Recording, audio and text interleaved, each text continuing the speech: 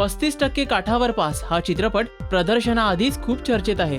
पाहुयात या सिनेमातील मोहरले क्षण जरा या गाण्याच्या रेकॉर्डिंगची झलक आणि या गीताच्या काही आठवणी तसंच किस्से सांगतायत गायिका सायली पंकज, पंकज पडघन आणि कोरिओग्राफर उमेश जाधव.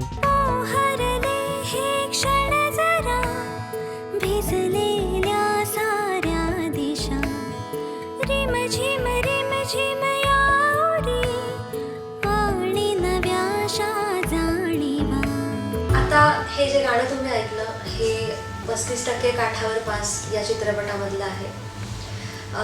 याचं संगीत पंकज याने केलंय. ओंकार मंगेश दत्त, ज्याला आम्ही ओमी असं म्हणतो, त्यांनी हे सुंदर गाणं लिहिलंय आणि आदर्श आणि मी दोघांनी मिळून हे गाणं गायलं. मला भागता तुझ्या जेवणी पुरे काय ग सांगना. मी एक आठवडा घेऊन एक मस्त छान लिरिक्स लिहिली आणि तो बोलला की अजून माझ्याकडे एक ऑप्शन आहे. आपण जर याचं म्हणजे आपलं जे कॅरेक्टर आहे, म्हणजे प्रथमेशचं जे कॅरेक्टर आहे फिल्ममध्ये, त्याच्याच अँगलने किंवा त्याच्याच विचारातून जर हे गाणं मांडलं तर ही आयडिया आम्हाला जास्त आवडली.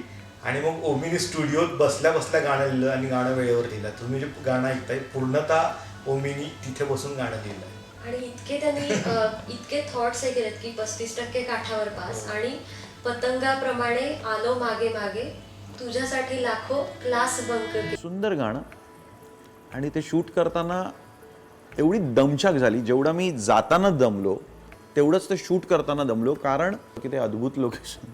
त्या लोकेशनवर पोचता पोचता दमछाक झाली होती. म्हणजे मी स्पीड बोट ज्याला आपण म्हणतो, जी 200च्या स्पीडवर किंवा 250च्या 300च्या स्पीडवरती पळते पाण्यामध्ये, त्यांनी आम्हाला 45 मिनिट्स लागले होते. म्हणजे इतक्या लांब आम्ही गेलो होतो. त्या सगळ्या युनिटनी पाण्यामध्ये आले आणि पाण्यामध्ये जवळजवळ सकाळी 9:30 ते संध्याकाळी 6 वाजेपर्यंत आम्ही त्या पाण्यामध्ये, इतक्या पाण्यामध्ये ते गाणं शूट केलं. तर मंडळी, आपल्याला 35% काठावर पास या गाण्याच्या रेकॉर्डिंगची झलक कशी काय वाटली?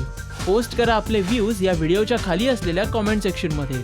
आणि मराठी मनोरंजन विश्वातील लेटेस्ट अपडेटसाठी पाहत रहा राजश्री मराठी. नमस्कार, मी प्रथमेश परब. Subscribe to Rajshri Marathi.